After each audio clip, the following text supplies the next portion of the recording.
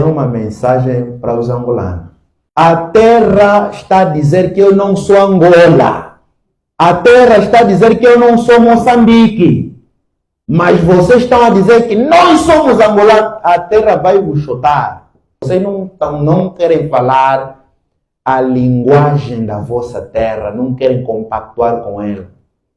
Angola, Moçambique, Gabão, RDC, Namíbia, África do Sul, esses sistemas continuam a ser colônias.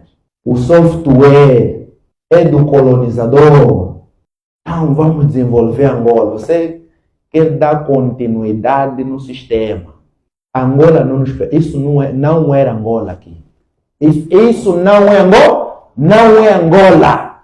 Por isso, você que diz que não, estou a voltar para a minha ancestralidade, saiba que indiretamente estás a dizer assim, eu vou deixar de ser angolano.